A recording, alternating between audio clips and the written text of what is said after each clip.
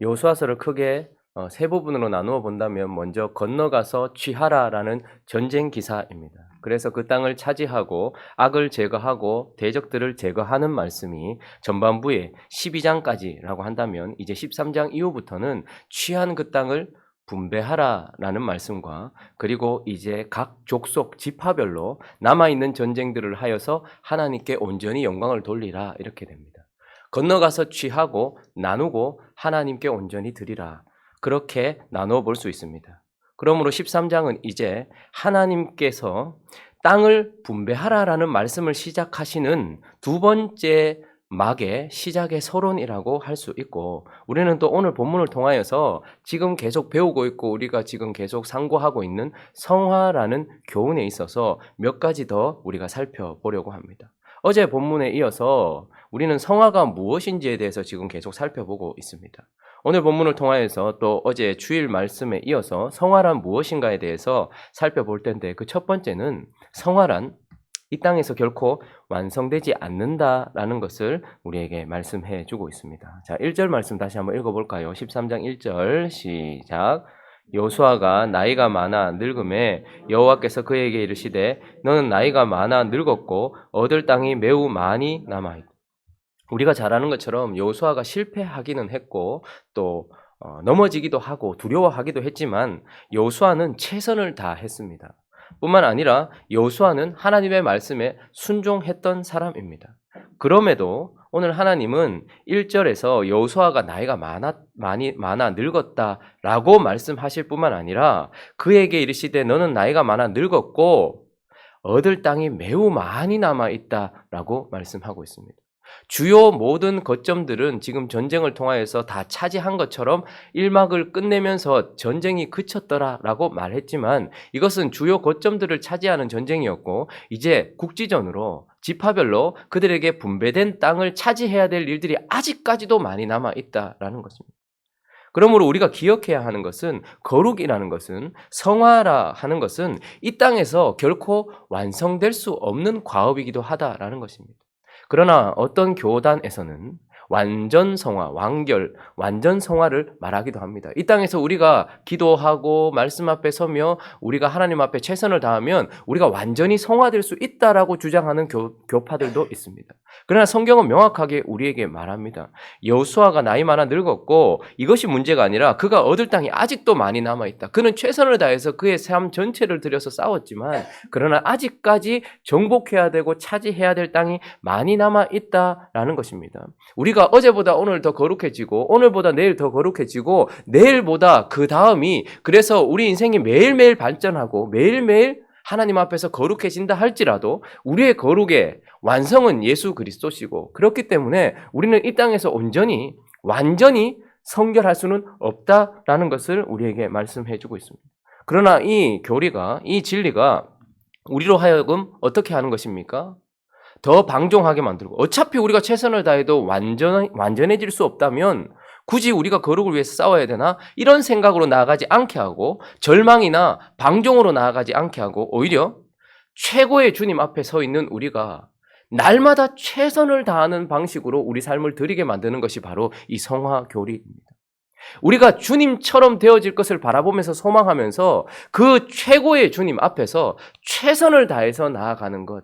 그래서 오늘도 내가 최선을 다해서 주님을 향해 달려가지만 내일도 주님을 향해 달려가게 만드는 것이 완성되지 못한다라는 것의 의미인 것입니다. 어차피 완성될 것 아니면 우리가 할 필요가 뭐가 있나 라고 생각하는 것은 성화의 단계에 서 있는 것이 아니라는 것입니다.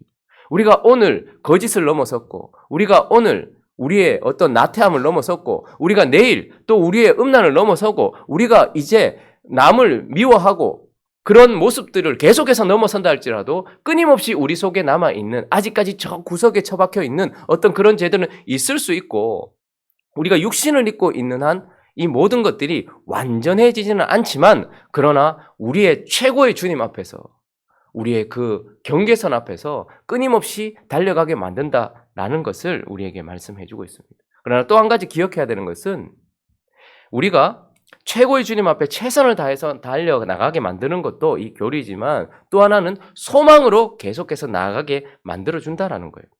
성화가 이 땅에서 완성되지는 않지만 그래서 최선을 다해서 달리게 할 뿐만 아니라 소망을 가지고 달리게 한다는 거예요. 왜 그럴까요? 2절부터 보면 그 남은 땅은 이러하니 블레셋 사람의 모든 지역, 구술, 족속, 모든 지역, 애굽 앞 시올 시내 이런 식으로 쭉 지금 6절까지 나오죠. 또 레바논에서부터 미스르봇 마임까지 산지 이렇게 시돈 사람의 땅까지 이렇게 계속해서 나옵니다. 자, 그런데 이 모든 땅들이 언제 취하여졌을까요? 이스라엘 백성들에게 실제로 언제 취하여졌을까요? 블레셋을 정복한 건 누굽니까? 삼손을 무너뜨린 사람이 누굽니까? 다윗입니다. 그래서 실제로 이 모든 땅들이 거의 다 취해지는 때가 언제냐면 다윗의 때입니다.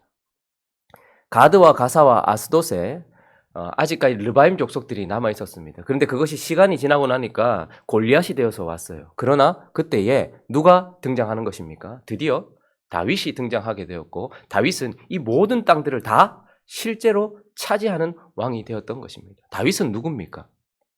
예수 그리스도를 상징하는 우리의 왕을 대표하는 것이죠.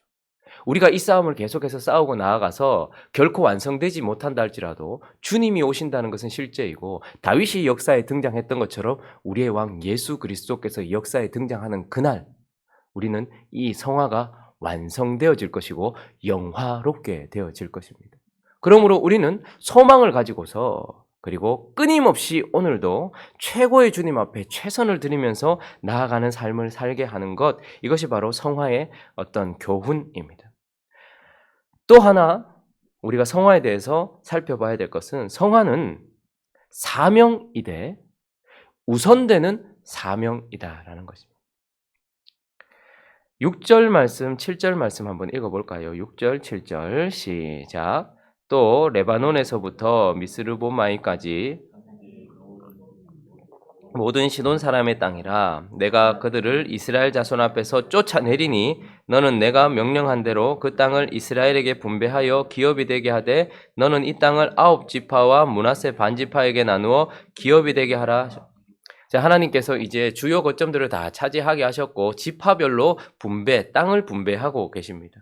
자, 그런데 지금 이제 요단을 중심으로 서편, 여호수아와 함께 전쟁을 치러서 그 땅을 차지했던 서편의 기업에 대해서 말씀하시면서 이 땅을 9지파와 므낫세 반지파에게 나누어라라고 말씀을 하시죠.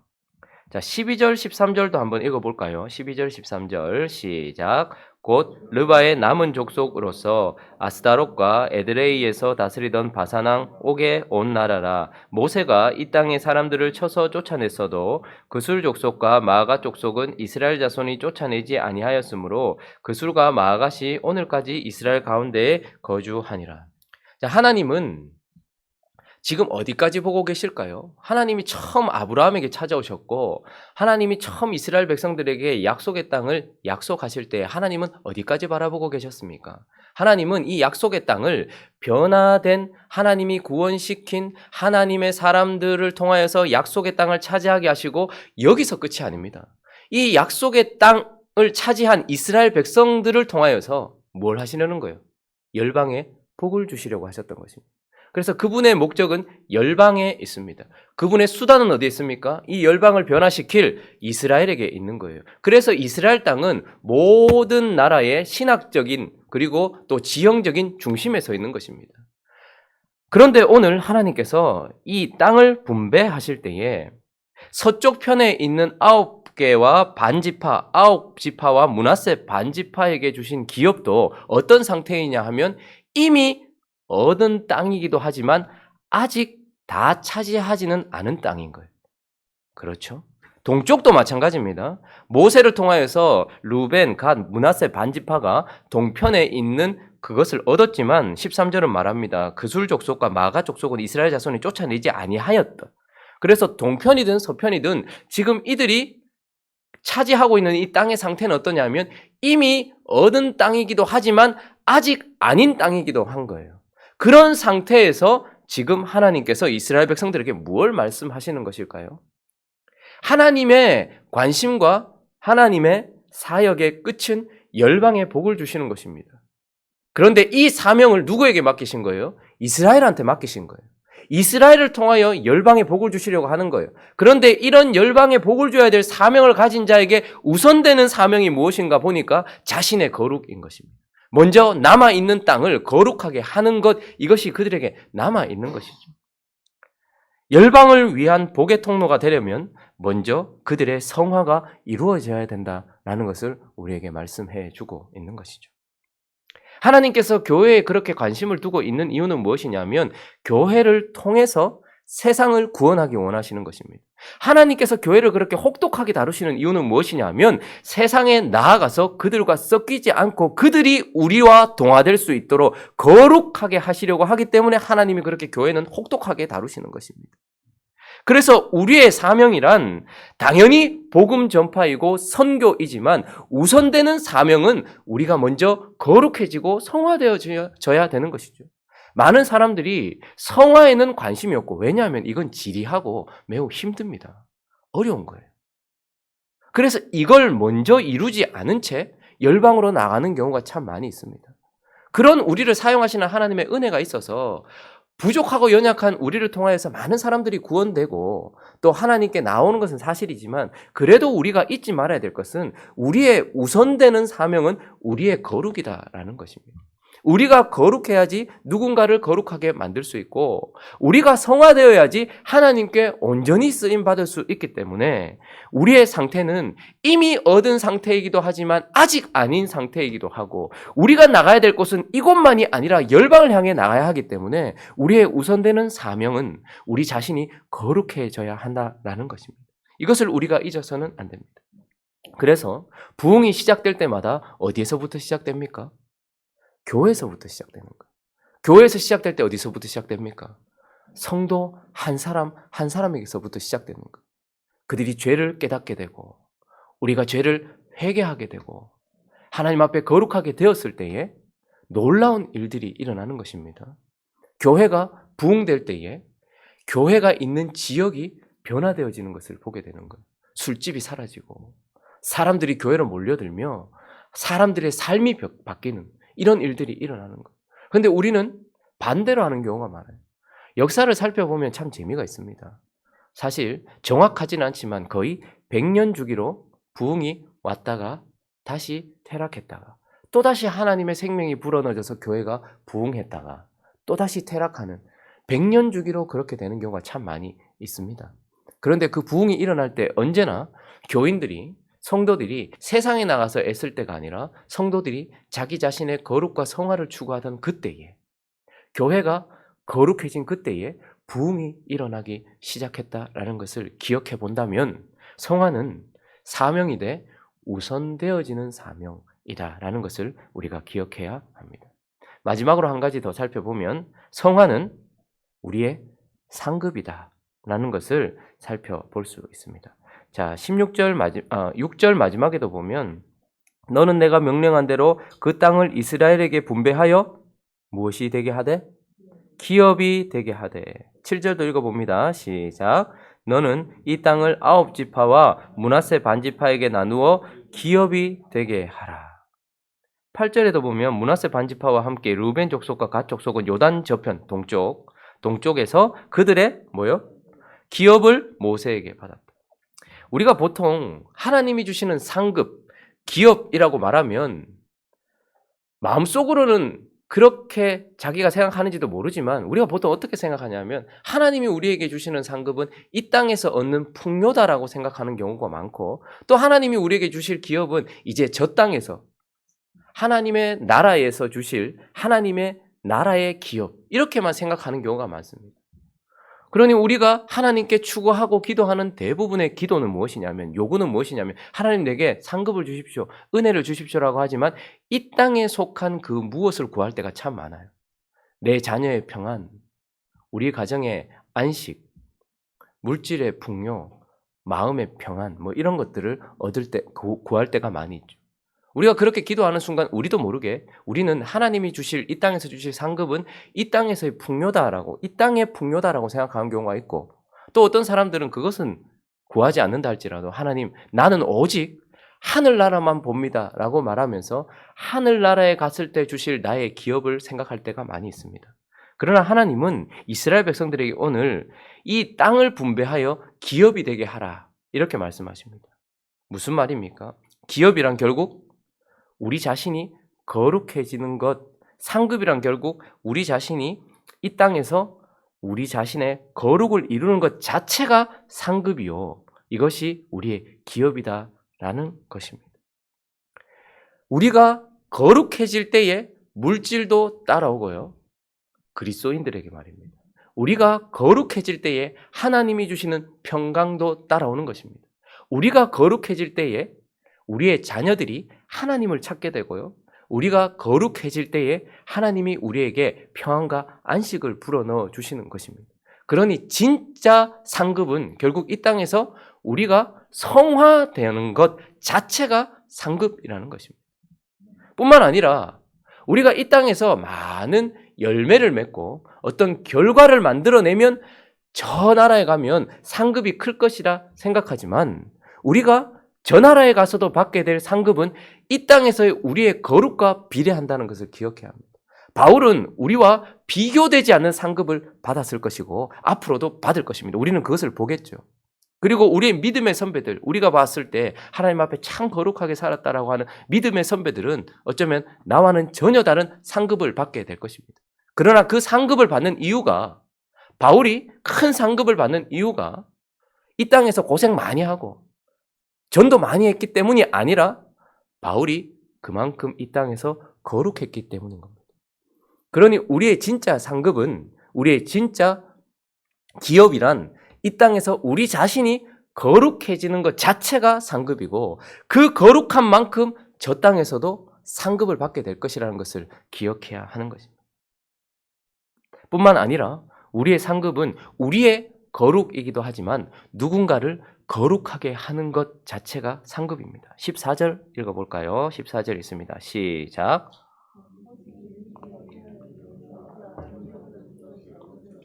이는 그에게 말씀하신 것과 같이 이스라엘의 하나님 여호와께 드리는 화제물이 그들의 기업이 되었다. 레위 지파는 땅을 얻지 못했습니다. 하나님께서 주지 않으셨어요. 자, 그러면 그들에겐 기업이 없는가? 아니다라고 말씀하시면서 레위 지파에게 준 기업은 하나님 여호와께 드리는 뭐라고요? 화제물. 화제물이 무엇입니까? 불로 태워 하나님께 올려드리는 것인데 이것은 무엇입니까? 누군가 하나님 앞에 나아가야 될 사람들을 거룩하게 만든 결과물입니다. 레위 지파의 기업도 그 나머지 지파들이 받았던 기업과 똑같이 거룩인 거예요. 그런데 이 레위 지파의 기업은 누군가를 거룩하게 한 그것 자체가 상급이 되는 것이죠. 우리가 누군가를 거룩하게 하기 위하여 복음을 전하는 것입니다. 복음을 전하는 이유는 하나님을 예배하는 사람으로 만들고 하나님의 창조 목적으로 돌이키게 하기 위하여서 그 사람을 세상으로부터 구별하는 거룩하게 하기 위해서 복음을 전하는 거예요. 그리고 그 거룩하게 구별된 사람을 위하여 기도하고 우리가 그 사람들을 계속 케어하며 양육하는 이유도 그 사람들이 계속해서 거룩해져서 하나님께 영광 올려드리게 만들기 위하여서 우리는 또한 양육하고 그들을 위하여 기도하는 것입니다.